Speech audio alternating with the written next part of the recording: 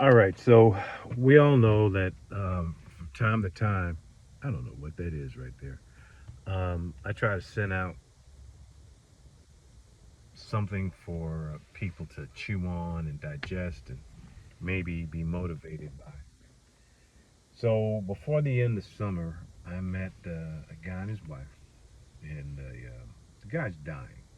He literally is dying, and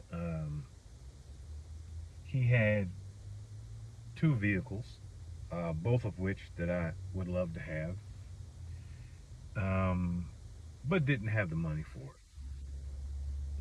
So I said to him and his wife, um, I said, listen, if you need some things done around here, because he's got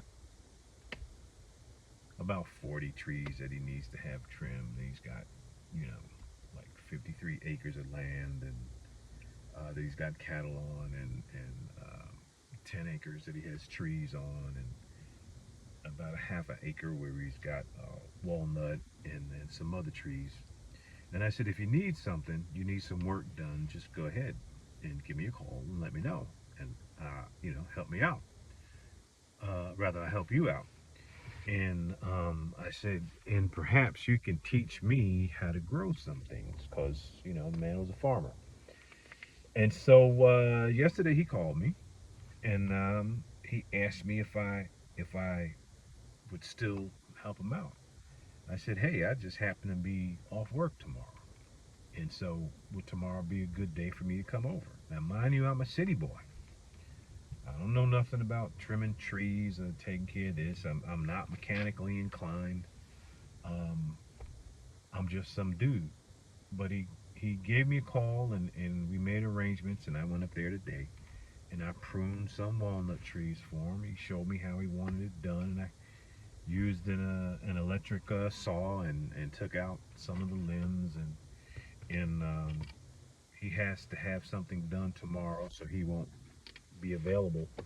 But uh, so I said I'll give him a call on Wednesday and if he's feeling up to it, I'll go back up there and finish what I started because I gave my word. But he said something interesting. He's talking about his walnut trees, and he goes, "Well, I'm not going to live to see those trees bear walnuts." And I looked at him. I didn't say nothing. I just. So then when I was done, he grown a whole bunch of tomatoes. So he was like, "Take, help yourself to some tomatoes, and take some for yourself, and take some for your mom." And then he goes, "Oh, my mother wants some," so then I, took some for his mother as well. And then we sat in his house, and we just talked for about half an hour.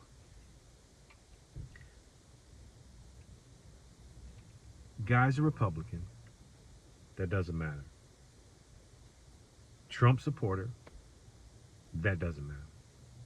What matters is he's a human being.